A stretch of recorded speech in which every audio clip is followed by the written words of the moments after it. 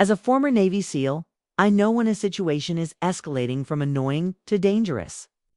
But the day I spotted three strangers in cheap suits lurking around my house turned out to be the craziest Thursday of my life, especially when they claimed to be HOA representatives and threatened that they needed to see my 8-year-old daughter to check compliance with juvenile homeowner regulations. The biggest problem? Our neighborhood doesn't even have a homeowners association. This is the story of how I made these three con artists crawl to the police station with broken knees after they tried to kidnap my daughter. Where are you watching from? Comment below if you think they got what they deserved at the end of the story. My name is Galvin Preston. And for the past 6 years, I've been living the quiet life in Silver Creek, a peaceful suburban neighborhood about 40 minutes outside of Portland. After 12 years in the SEALs and losing my wife Meredith to cancer 4 years ago, all I wanted was stability for my daughter Erica and myself. I'd transitioned into cybersecurity consulting, working from home so I could be there when Erica got off the school bus. The neighborhood was perfect. Tree-lined streets, friendly neighbors, and absolutely no HOA telling us what color to paint our mailboxes. That last part was actually a selling point when I bought the house. After years of following orders in the military, the last thing I wanted was some power-hungry committee dictating my lawn care schedule. Erica had just turned 8, and she was the light of my life. She'd inherited her mother's curiosity and my stubbornness, which made for an interesting combination. Her current obsession was collecting rocks and learning about dinosaurs. And our house was filled with carefully labeled specimens and dinosaur fact sheets she'd made herself. Every evening after dinner, we'd sit on the porch while she showed me her latest findings, explaining in detail why velociraptors were actually the size of turkeys, not the monsters from movies. These quiet moments were everything to me. They were what I'd fought for during those long deployments, what I dreamed about during cold nights in places I still can't talk about. Our life had settled into a comfortable routine. Erica would catch the school bus at 7:30. I'd work on security assessments for various clients until she got home at 3. Then we'd have our afternoon adventures hiking in the nearby woods, visiting the science museum, or just working on her endless stream of school projects. Weekends meant soccer practice, sleepovers with her best friend Amy from next door, and Sunday barbecues with the neighbors. It wasn't the life I'd imagined when I was 25 and invincible, but it was perfect in ways I couldn't have understood back then. The neighborhood itself was like something from a Norman Rockwell painting. Silver Creek had been developed in the late 90s by Tom Morrison, a local builder who'd made his fortune in tech and decided to create his ideal community. He'd specifically designed it without an HOA. Having dealt with enough bureaucratic nonsense in Silicon Valley, the houses were all unique, the lots were generous, and the community naturally looked after itself. We had retired teachers, young families, a few other veterans, and even a former astronaut who loved to set up his telescope for neighborhood stargazing parties. The first sign of trouble came on a Tuesday morning in late September. My neighbor, Carol Jenkins, a retired school teacher who'd become like a grandmother to Erica, knocked on my door holding a crisp white envelope. "Galvin, did you get one of these?" she asked, her usually cheerful face creased with worry. The letter was printed on expensive-looking paper with an looking letterhead reading Silver Creek Homeowners Association. It claimed she was in violation of Section 3.201 of the HOA bylaws for having non-compliant garden ornamentation, specifically the collection of painted rocks Erica had made for her last Christmas. The fine was $300, due within 10 days. "Carol, we don't have an HOA," I said, examining the letter closely. My cybersecurity training kicked in immediately. The letterhead looked professional, but there were subtle tells. The contact email was a generic Gmail address. The phone number had an area code from Nevada, and the website URL led to a domain registered just 2 weeks ago. When I checked online, I found no official records of any Silver Creek HOA registered with the state. Something was definitely off. That evening, Set up a neighborhood group chat and discovered that 7 other families had received similar letters, all citing different violations with fines, ranging from $150 to $500. The Hendersons were fined for their trampoline being visible from the street, the Garcias for having too many potted plants on their porch, and poor Mr. Watanabe was hit with a $500 penalty for his prized koi pond, which they claimed was an unauthorized water feature. Each letter was perfectly formatted with legal-sounding language that would intimidate most people into paying up without questioning. But this wasn't my first rodeo with official-looking documents. In the SEALs, we'd been trained to spot forgeries and fake credentials, skills that transferred surprisingly well to cybersecurity. I spent that evening doing what I do best: digital reconnaissance. The domain for the supposed HOA website was registered to a company in the Cayman Islands, always a red flag. The phone number traced back to a virtual office service in Las Vegas. Even more interesting, when I did a reverse image search on the letterhead logo, I found it had been lifted from a legitimate HOA in Florida and slightly modified. Someone had put effort into this scam, but they'd made amateur mistakes that suggested they were used to targeting less tech-savvy victims. My neighbor, Felix Sawyer, a local patrol officer who lived 3 houses down, was equally suspicious. "Been here 15 years, Galvin," he said over beers in my garage that weekend. This neighborhood was specifically developed without an HOA. The original builder, Tom Morrison, hated them, said they were just legalized extortion. Felix had already run the phone number through police databases and came up empty. Probably some kind of scam. But without more evidence, there's not much we can officially do. People pretending to be an HOA isn't technically illegal lest they actually take money under false pretenses. Felix was a good cop, the kind who actually cared about the community he served. We had become friends over the past few years, bonding over our shared military background. He'd been Army infantry before joining the force. His daughter Sophia was in Erica's class, and the girls often had play dates. "Keep your eyes open," he advised, finishing his beer. "These scams usually escalate. If they're bold enough to try this, they might try other things too." His words would prove prophetic sooner than either of us expected. That Wednesday evening, things took a darker turn. I was working in my home office when I noticed a black Suburban creeping slowly past my house. It stopped directly in front, and I watched through my security cameras as someone in the passenger seat took multiple photos of our property. Erica was doing homework at the kitchen table and looked up when she heard the engine idling. "Dad, why are those people taking pictures of our house?" she asked, her voice tinged with a concern only children can express so purely. I felt my protective instincts flare up. "I don't know, sweetheart, but I'm going to find out," I told her, squeezing her shoulder reassuringly. The vehicle pulled away before I could get outside, but my cameras caught the license plate clearly. That night, after Erica was asleep, I ran the plate through a contact at the DMV. The Suburban was registered to a rental company, leased to something called Property Assessment Services, LLC. More digging revealed this was another shell company, registered just a month ago. The paper trail was getting interesting. I started mapping out the connections using the same analytical tools I employed for tracking cyber threats. What emerged was a pattern I'd seen before: a network of shell companies, false identities, and money flowing through multiple accounts to obscure its origin. 2 days later, Carol called me in a panic. "Galvin, there are 3 men at my door claiming to be from the HOA.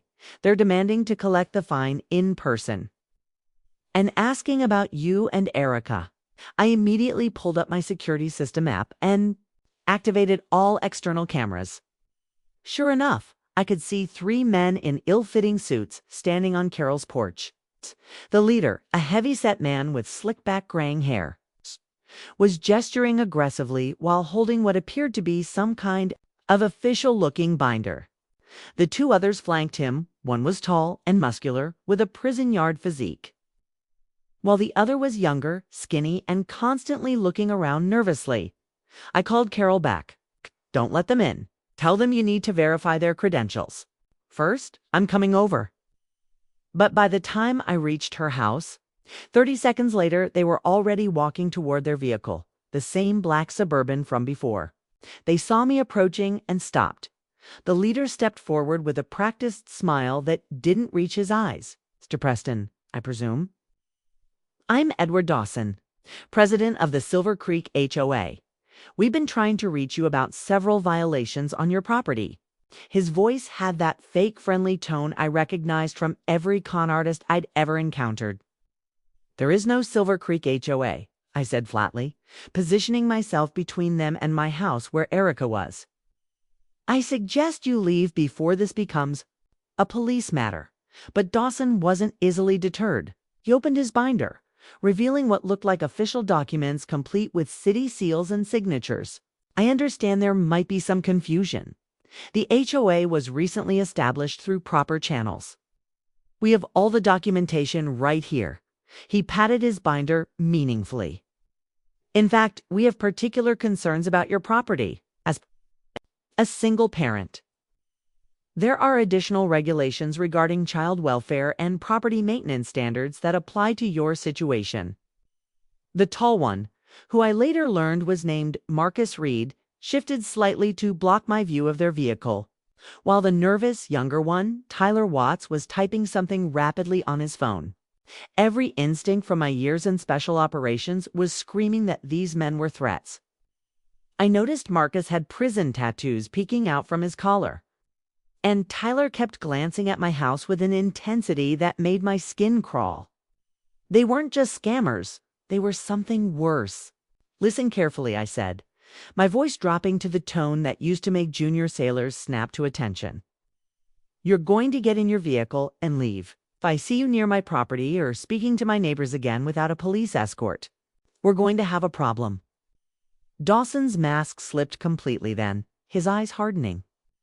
Mr. Preston, you're making a serious mistake. The HOA has legal authority to investigate properties where minor children reside. We have concerns about the welfare of your daughter, given your background. He emphasized the last word, implying he knew about my military service. We'll be back tomorrow with the proper authorities if necessary. They left, but not before Tyler snapped several more photos of my house, making sure to angle his phone toward Erica's bedroom window. As their Suburban disappeared around the corner, I felt a cold rage building in my chest. They had just threatened my daughter. In my world that crossed a line from which there was no return, I went back inside to find Erica standing by the window, her homework forgotten. Dad, those men seemed angry. Did we do something wrong? The worry in her voice nearly broke my heart. Oh, no. Princess, some people are just bullies who try to scare others. But you know what we do with bullies? She smiled slightly. Do we stand up to them? That's right. And Daddy's very good at standing up to bullies. That night, after Erica was asleep, I activated what I called my war room, a secure setup in my basement office where I conducted my most sensitive cybersecurity work using a combination of async open-source intelligence tools, dark web searches, and some gray hat techniques I'd picked up over the years. I began a deep dive into our 3 visitors.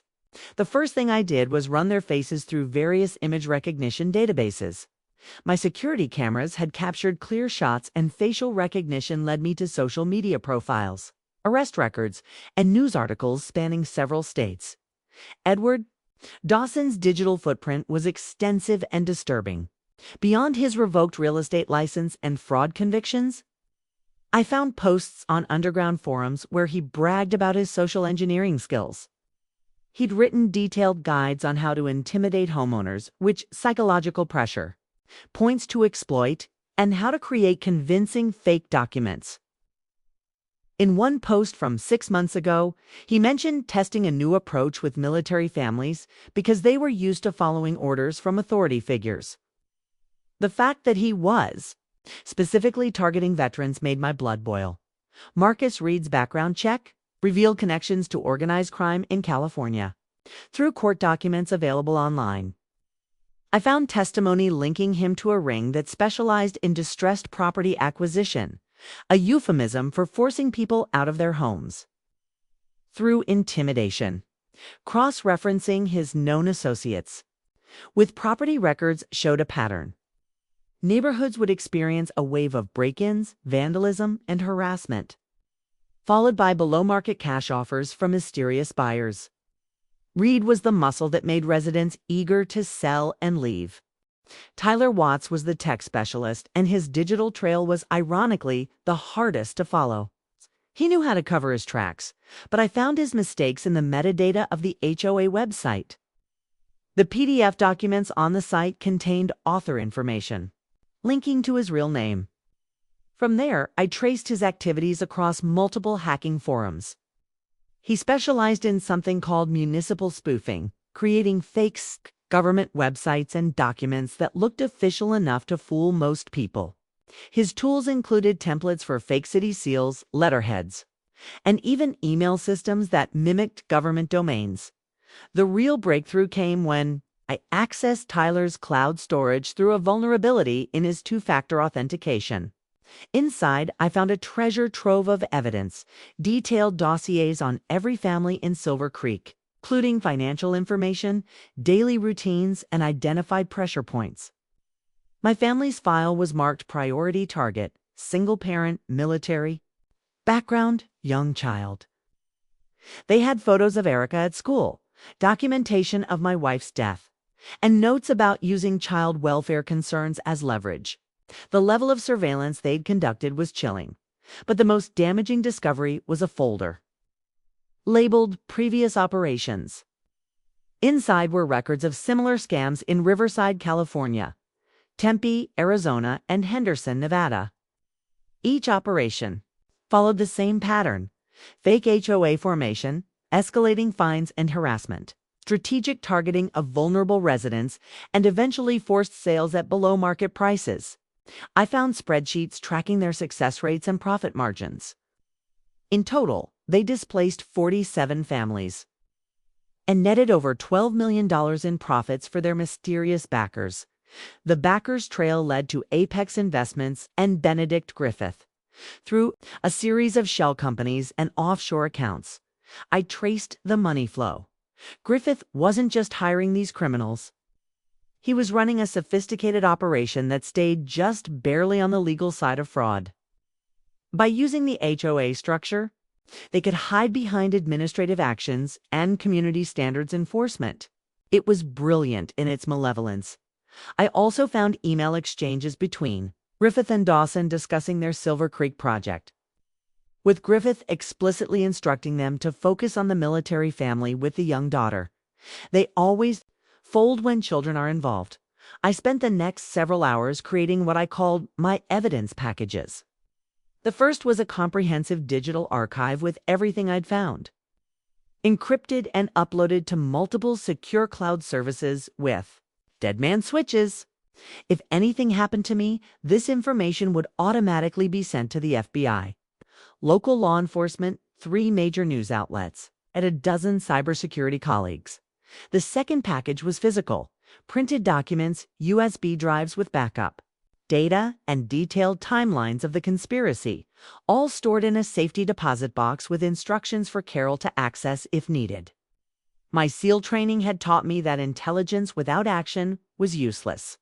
I needed to turn this information into a tactical advantage, using the access I'd gained to their systems. I planted tracking software on all their devices. I could now monitor their communications in real time, see their location data, and even activate their microphones remotely. This wasn't strictly legal, but neither was threatening my daughter. I also set up alerts for specific keywords: Erica, Preston School, welfare check, anything that might indicate immediate danger to my family. The next phase was creating false trails to mislead them. I crafted fake financial documents showing significant debt and mortgage issues, then accidentally left them visible during a video call. I knew Tyler was monitoring. I created a false narrative about an impending work trip that would leave Erica home with a babysitter. Perfect bait for their kidnapping plan. Every piece of disinformation was carefully designed to lead them into my trap while keeping Erica actually safe. I also reached out to my network of former special operations contacts. Through encrypted channels, I shared what I discovered and asked them to check for similar operations in their areas. The responses were eye-opening. Similar scams were running in military-heavy communities across the country. My old swim buddy from Bud S had encountered a fake HOA in Virginia Beach, a Delta operator. I'd worked with in Afghanistan reported the same in Fort Bragg. We were looking at a nationwide operation targeting military families. With the digital battlefield prepared, I turned to physical security. I installed hidden cameras with infrared capabilities, motion sensors with military-grade sensitivity, and even pressure plates under key floorboards. Each device fed into a central monitoring system with AI-powered threat detection. If anyone entered my property with hostile intent, I'd know their exact location, movement patterns, and even their heart rate through thermal imaging. The system was similar to what we'd use for compound security in high-threat environments. The final piece was psychological warfare. I began leaving subtle signs that I was onto them. During their surveillance of my house, I'd occasionally wave at their hidden cameras. When Tyler tried to hack my home network, he found a honeypot server with a file named IC_C_U_Tyler DL containing his own home address. When Marcus followed me to the grocery store, I had a loud phone conversation about my friends from the teams who love handling bullies. The goal was to make them nervous, to push them into making mistakes. By the time I finished my preparations, I'd transformed from a concerned father into something far more dangerous. A trained operator with complete intelligence superiority. Over his enemies, they thought they were hunting a vulnerable single parent. Instead, they'd walked into the kill zone of someone who'd spent over a decade perfecting the art of warfare. They'd threatened my daughter, invaded my community, and destroyed innocent lives for profit. Now, they were about to learn why Navy SEALs have a reputation for being the most dangerous men on the planet when protecting what matters most. I also discovered something that made my blood run cold. Cross-referencing their known associates led me to a connection with Apex Investments, a real estate development company that had been buying up properties all over Portland suburbs. The CEO, Benedict Griffith, had a reputation for aggressive tactics in acquiring land for development. His company had made several lowball offers to homeowners in Silver Creek over the past year, all of which had been rejected. It seemed Griffith had decided on a new strategy. Use Dawson's crew to pressure residents into selling by creating a hostile living environment through a fake HOA. But there was more. Buried in court documents from Griffith's previous ventures, I found references to properties acquired through distressed sales after the homeowners faced various legal troubles. In each case, there were patterns: fake code violations, harassment, and in 2 instances, allegations of child endangerment that forced quick sales. The cases were spread across different states, making the pattern hard to spot unless you were specifically looking for it. They'd refined their playbook over years, and now they were bringing it to Silver Creek. I spent the rest of the night fortifying our digital and physical security. I upgraded our alarm system, added more cameras with night vision capabilities, and set up motion sensors around the property perimeter. I also created detailed dossiers on our 3 antagonists, complete with photos, criminal histories, and known associates. These I encrypted and sent to a cloud server with instructions to forward everything to Felix, the FBI, and several journalist contacts if I didn't check in every 24 hours. Old habits from my SEAL days always have a contingency plan. The next morning, I noticed something troubling. The crossing guard, who usually helped Erica and other kids across the street to the school bus stop, was absent, replaced by a man I didn't recognize. He wore the standard vest and held the stop sign, but something about his posture and the way he kept scanning the area set off alarm bells. I decided to drive Erica to school myself. As we passed the crossing guard, I recognized him from the photos I'd studied all night. He was an associate of Marcus Reed with his own criminal record for assault and stalking. At the school, I walked Erica to her classroom, something I hadn't done since the first week of kindergarten. Her teacher, Mrs. Patterson, seemed surprised. To see me, double quotes, Mr. Preston, how nice of you to bring Erica in today. I pulled her aside quietly. Mrs. Patterson, I need you to be extra vigilant about who picks Erica up. Only myself, Carol Jenkins, or my sister Jenny are authorized. If anyone else shows up, even with official-looking paperwork, please call me immediately. She must have seen something in my expression because she nodded seriously. Of course. Is everything all right?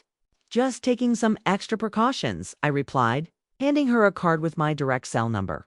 That afternoon, picked Erica up from school myself instead of letting her take the bus. Call it parental intuition or tactical awareness, but something felt off. Good thing I did. As we were leaving, I spotted Tyler sitting in a rental car across the street from the school, photographing students as they left. When he saw me notice him, he quickly drove away. But not before I got several clear photos of him and his vehicle. This was escalating fast, and they were getting bolder. That evening, I called a family meeting with Erica. She was old enough to understand basic safety concepts without being terrified.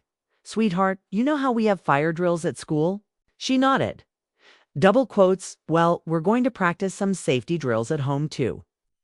If I ever tell you to go to your special spot, what do? We'd established this protocol after Meredith died Derica's special spot.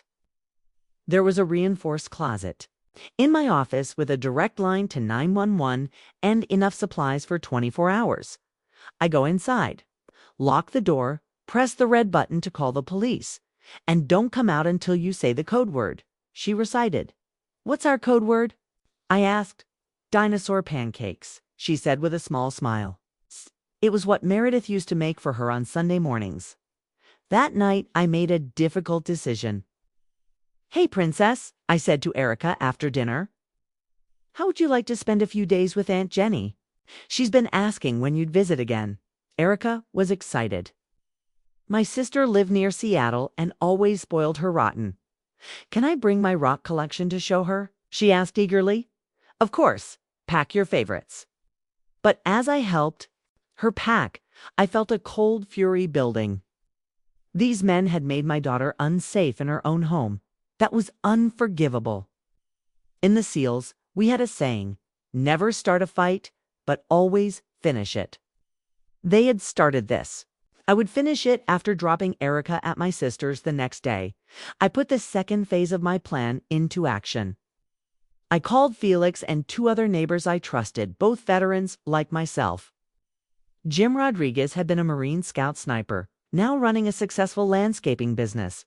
Pete Williams was a former Air Force Security Forces officer, currently working as a private investigator. Gentlemen, I said when they gathered in my garage, we have a situation. I laid out everything I'd discovered, showing them the dossier I'd compiled. Their expressions grew darker with each revelation. These aren't just scammers, Pete observed, studying the surveillance photos.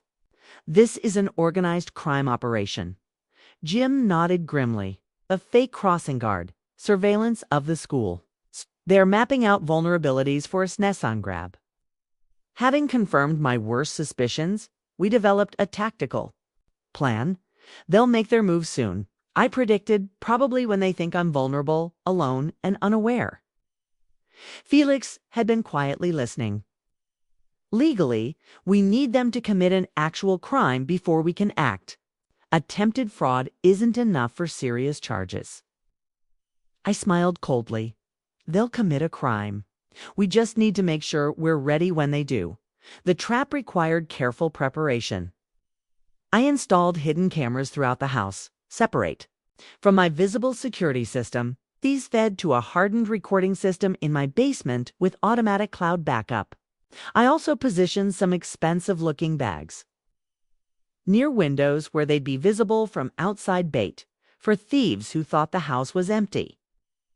Inside the bags were GPS trackers and die packs similar to those used by banks. If they took the bait, we'd be able to track their movements and mark them for identification. I also prepared the ground floor tactically. I removed anything they could use as a weapon. created natural choke points that would funnel them into areas with the best camera coverage, and set up subtle obstacles that would slow their movement without being obvious. The piano bench was positioned to block the quickest route to the stairs. A Persian rug was placed where someone rushing would likely slip small details that would give me tactical advantages in a confrontation. For the final touch, I set up Erica's room with a child-sized mannequin in her bed, dressed in her favorite unicorn pajamas with a blonde wig matching her hair color. Motion-activated cameras would capture anyone approaching the bed from multiple angles. If they were planning what I suspected, they'd incriminate themselves thoroughly before realizing they'd been played. I also left a half-finished glass of chocolate milk and some of Erica's homework on her desk, creating the illusion she'd just gone to bed. Then I began my performance. Over the next 2 days, I maintained my normal routine but added subtle changes. I made phone calls within earshot of the hidden listening device I'd found in my mailbox, mentioning that Erica was back home and that I'd be working late on Thursday night. I complained loudly to Carol about the security system glitching, saying I was waiting for a technician to come fix it Friday morning. I even staged a conversation with a fake client about an urgent cybersecurity issue that would keep me at my computer all Thursday night. I didn't have to wait long. 3 nights later, at approximately 2 a.m., my perimeter alert started going off. I watched from my hidden position in the garage as the black Suburban rolled up with its headlights off. All 3 men got out, dressed in dark clothing. Tyler was carrying what looked like electronic equipment. Marcus had a crowbar. And Dawson was holding a flashlight hand. Those same official-looking documents.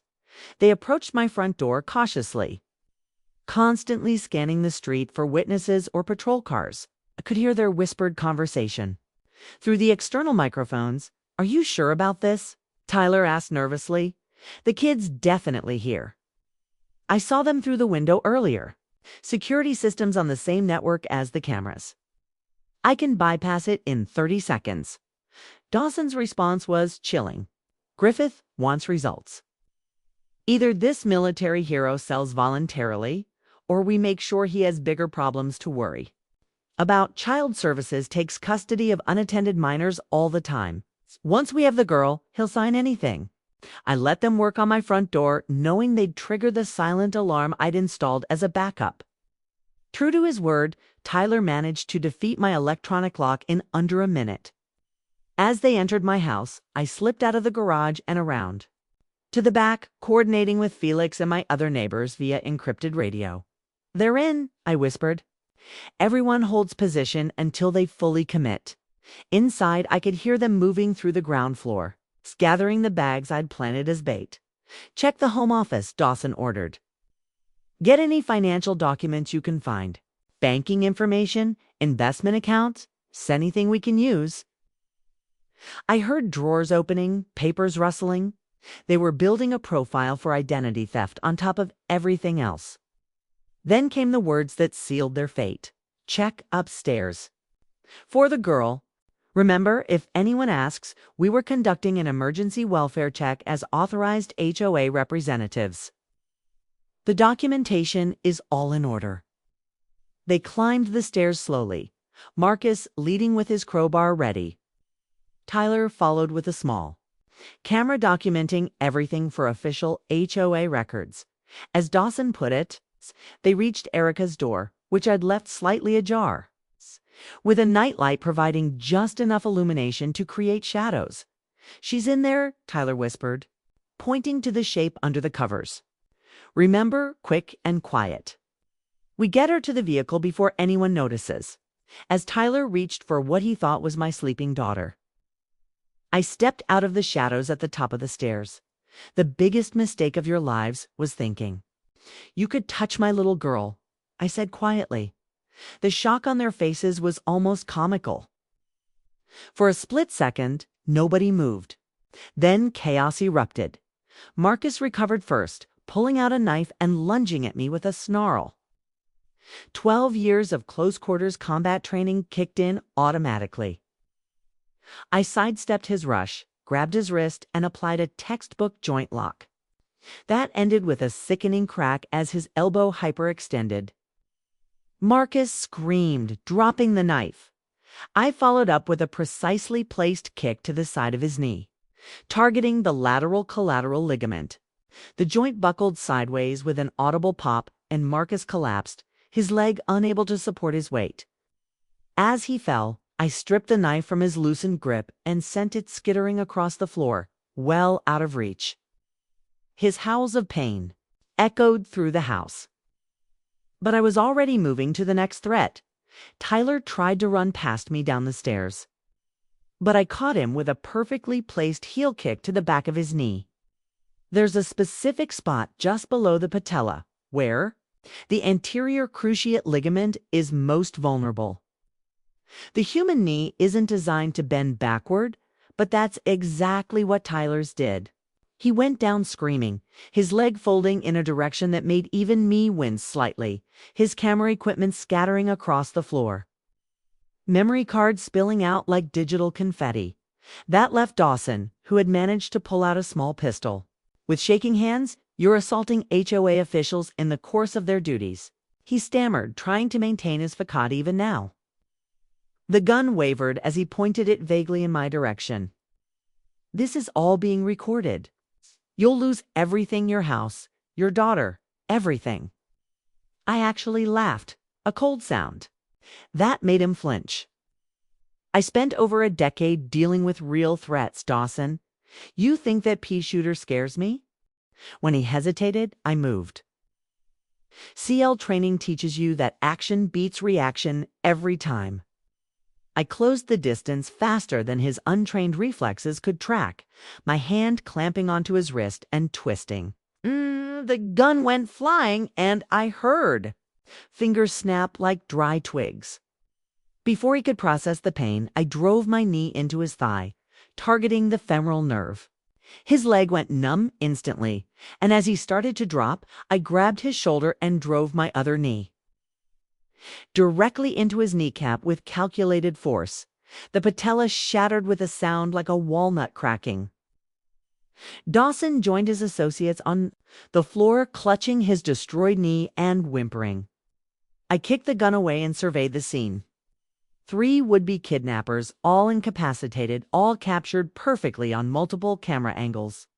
The entire encounter had taken less than 30 seconds, gentlemen, I said conversationally, pulling out zip ties from my back pocket.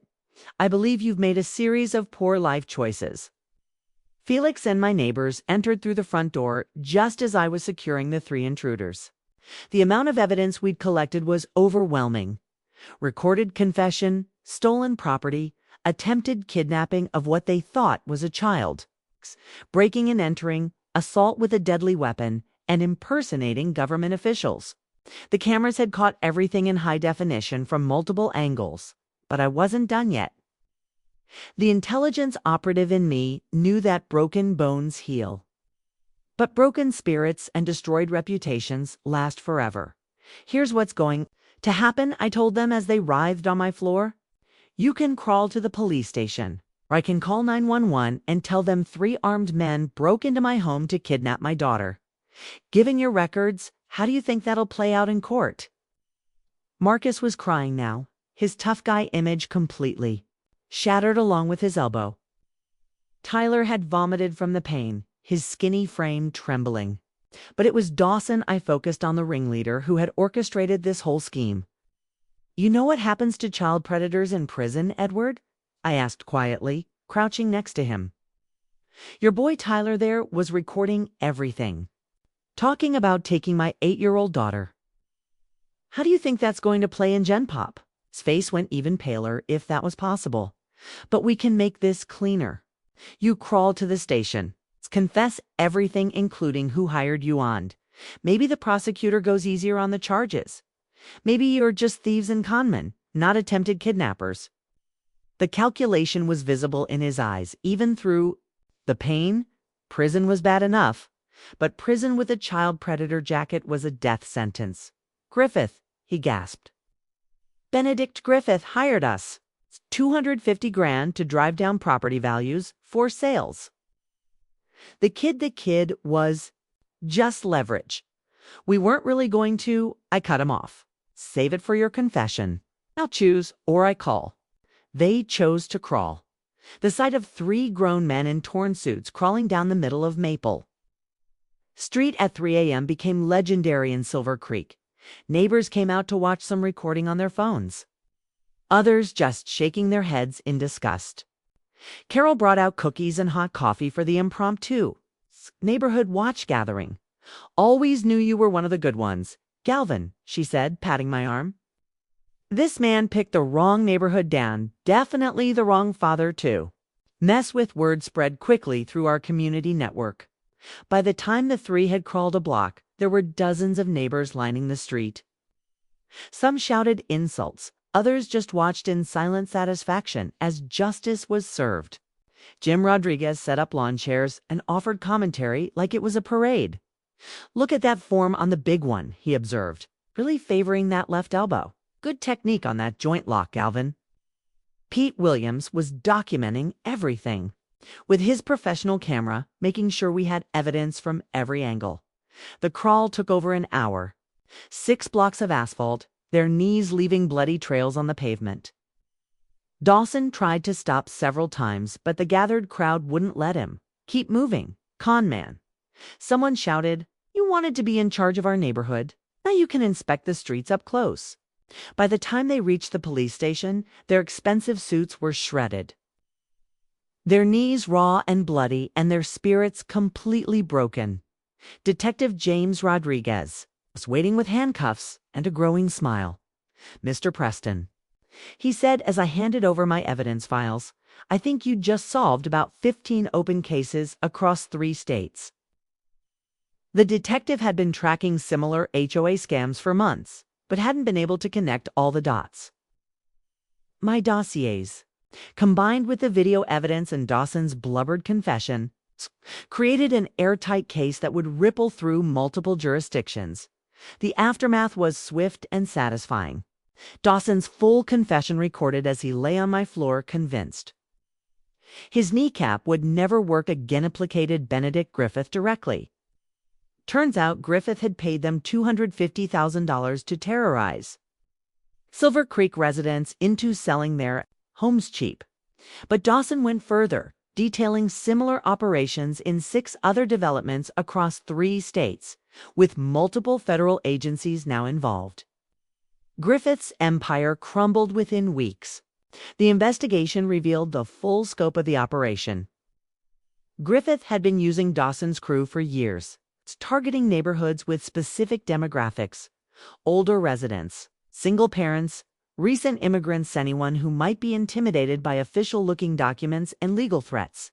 They'd forced dozens of families from their homes, always staying just within legal gray areas, till they tried to grab my daughter. That was their fatal mistake.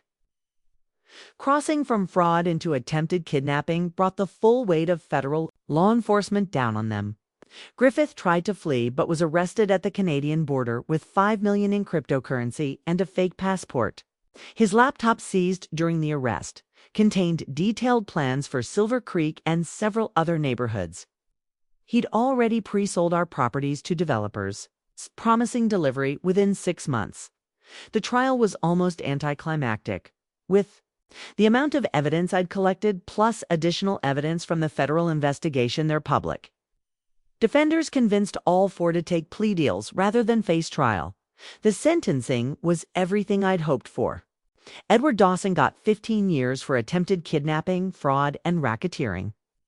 The judge called him a predator who used people's trust and authority to terrorize families. Marcus Reed got 20 years for assault with a deadly weapon.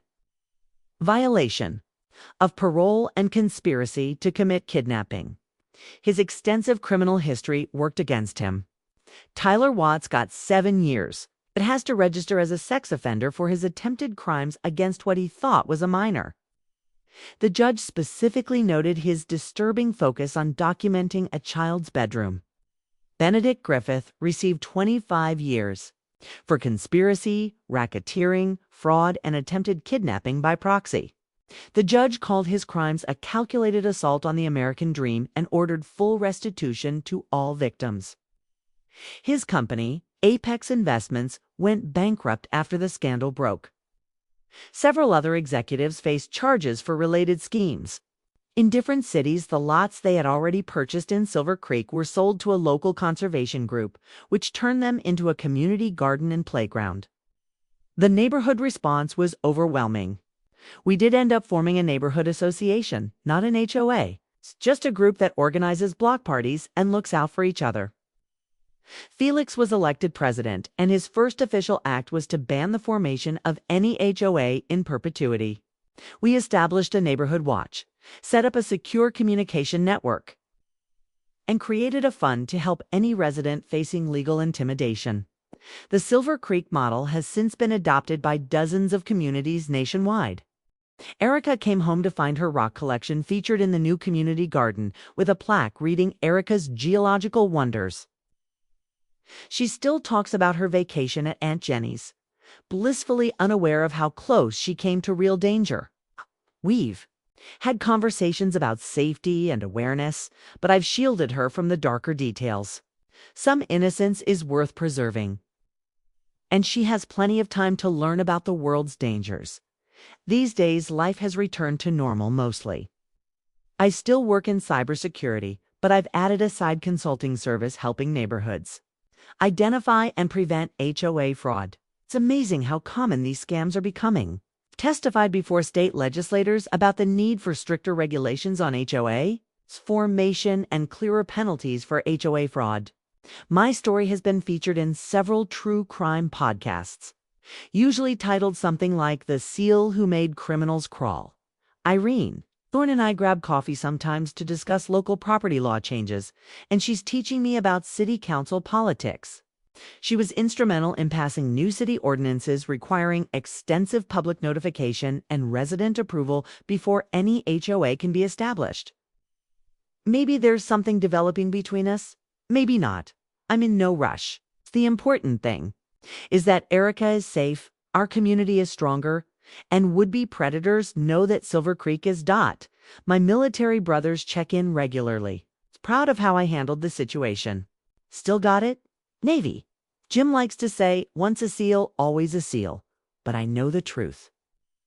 This wasn't about my training or my skills. This was about a father protecting his daughter and a community standing together against those who would prey on the vulnerable. The physical confrontation lasted seconds.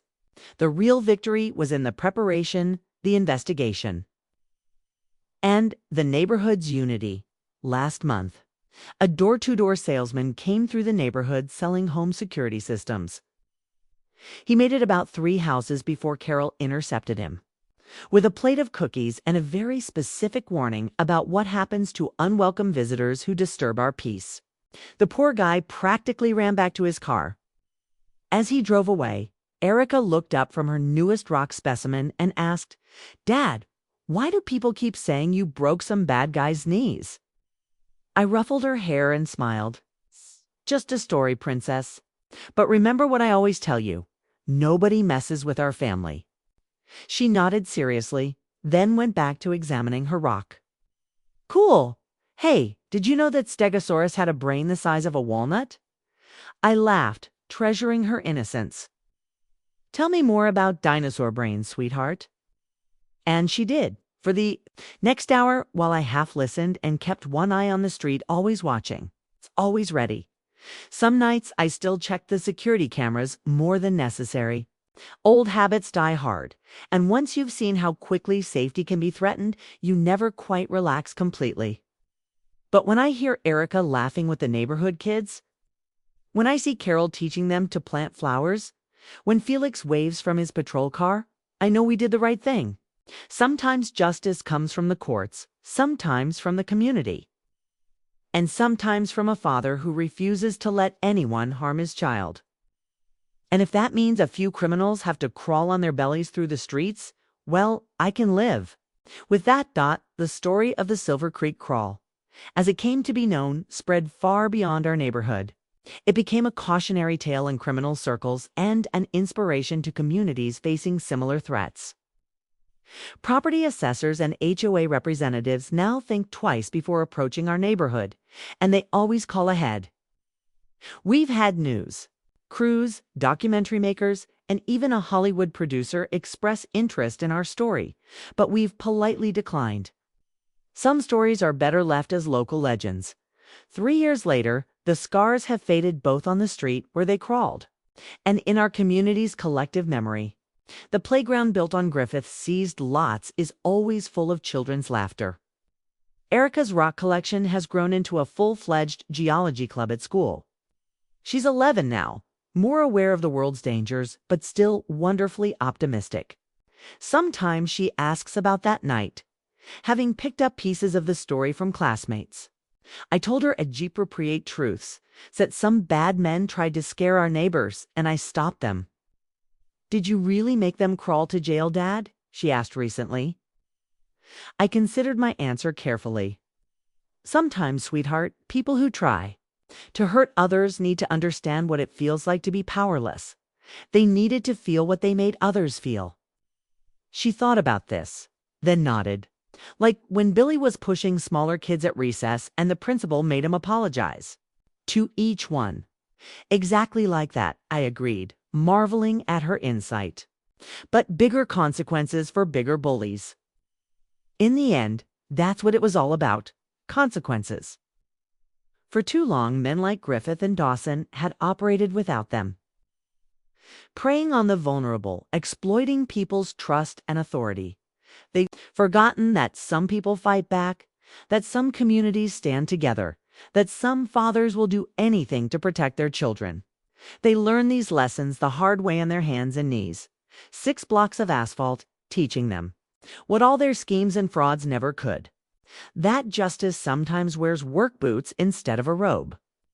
And that the shortest distance between crime and punishment is sometimes measured in bloody knee prints on pavement. Where did you watch this from? Comment broken knees if you think they deserved what they got. And stay safe out there, folks. You never know when a fake HOA might come knocking at your door, but now you know what to look for. And maybe, just maybe, you'll be ready if they do. Remember, sometimes the best defense isn't just knowing your rights, it's knowing when someone's trying to take them away. And if you ever see someone taking pictures of your house, asking strange questions about your children, or pushing papers that don't feel right, trust your instincts. They're usually right, and it's better to be safe than sorry. Stay vigilant, protect your family, and never let anyone make you feel unsafe in your own home. Because home isn't just where we live, it's what we're willing to fight for.